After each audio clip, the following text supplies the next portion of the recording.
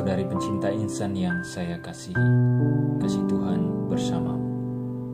Senang bisa menjumpai saudara-saudari sekalian melalui renungan harian Selasa 14 Desember 2021, Pekan Advent ketiga. Mari kita simak bersama bacaan Injil yang diambil dari Injil Matius bab 21 ayat 28 sampai dengan 32. Tetapi, apakah pendapatmu tentang ini? Seorang mempunyai 2 anak laki-laki. Ia pergi kepada anak yang sulung dan berkata, "Anakku, pergi dan bekerjalah hari ini dalam kebun anggur." Jawab anak itu, "Baik, Bapa."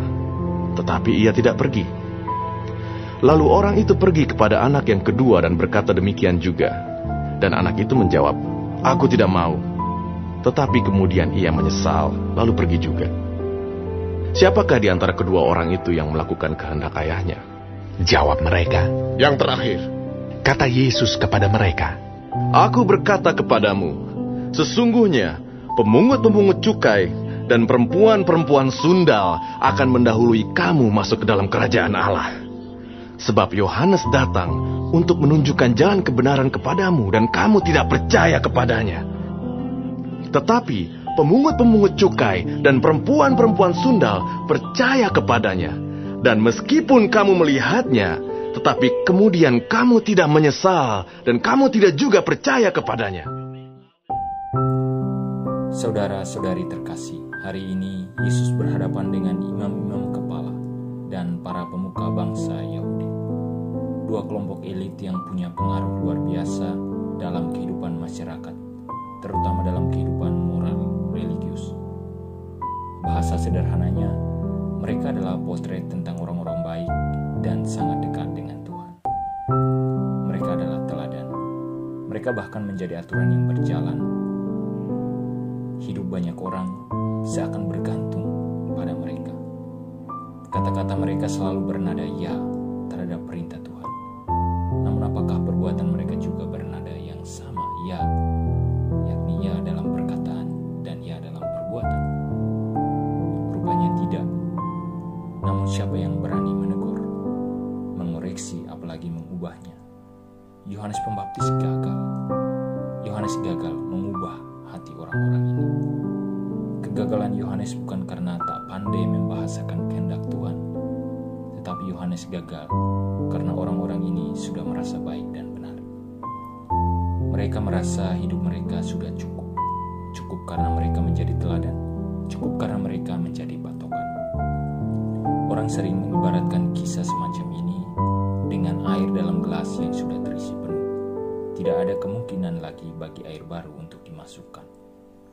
Inilah titik kegagalan Yohanes. Yohanes tak mempunyai ruang di hati mereka. Alasannya bisa bermacam-macam. Bisa jadi karena mereka sudah merasa baik, tetapi juga bisa jadi karena mereka takut Yohanes bakal menjadi pengganti posisi mereka, jabatan manusia yang mereka cari dalam hidup selama ini. Atau bisa jadi mereka akan kehilangan wibawa karena bukan menjadi yang terbaik lagi. Saudara-saudari, mempertahankan zona nyaman itu menutup peluang untuk hal-hal baru datang dan menyegarkan hidup kita. Inilah alasan mengapa ketika melekat pada hal-hal yang bisa dilihat mata, bisa dipuji orang, selalu menuntut pengorbanan lebih ketika kita ingin melepasnya. Karena kita akan berhadapan dengan berbagai kehilangan, termasuk kehilangan sanjungan, kenyamanan, dan lain sebagainya yang dampaknya saat ini, bukan nanti. Dan hal ini tidak bisa dilakukan oleh semua orang. Akhirnya, agar tetap disanjung dan mendapatkan tepukan tangan, orang harus mengatakan ya saat ini di depan umum. Namun di belakang bisa jadi tidak. Karena yang dituju adalah pujian manusia, pujian sesama saat ini. Bahasa lainnya, kadang untuk mempertahankan sebuah kenyamanan, Tuhan dan kehendaknya dikorbankan di belakang. Perumpamaan tentang 2 anak laki-laki pada hari ini sangat jelas bagi kita. Ada yang mengatakan ya, tetapi dalam praktiknya tidak. Ketika mengatakan ia mendapatkan pujian. Tetapi ketika ya itu tidak terlaksana, tidak banyak orang yang tahu, kecuali Tuhan. Sedangkan anak yang kedua, di depan dia mengatakan tidak, dan tentu saja cemoohan yang didapat. Tetapi di belakang, di waktu yang tak diketahui, dia melakukannya. Kedua anak ini tentu saja sama-sama mendapatkan pujian. Anak pertama mendapat pujian di awal, namun akhirnya lenyap karena pujian itu hanya datang dari manusia.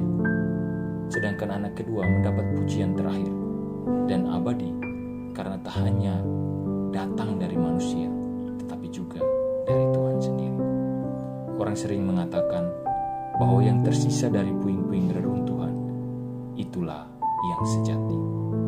Setelah melewati perjuangan untuk tidak dipuji dan ditolak, hingga akhirnya kembali memilih melaksanakan kehendak Tuhan, itulah yang sejati. Yesus hari ini berkata dengan jelas bahwa sesungguhnya para pemungut cukai dan pelacur akan mendahului kita masuk dalam kerajaan surga. Saudara-saudari, manusia mempunyai kriteria tentang hidup yang baik. Ada aturan mainnya. Semua orang diukur di dalamnya. Namun hari ini, para pemungut cukai dan orang-orang yang keluar dari aturan main manusia ini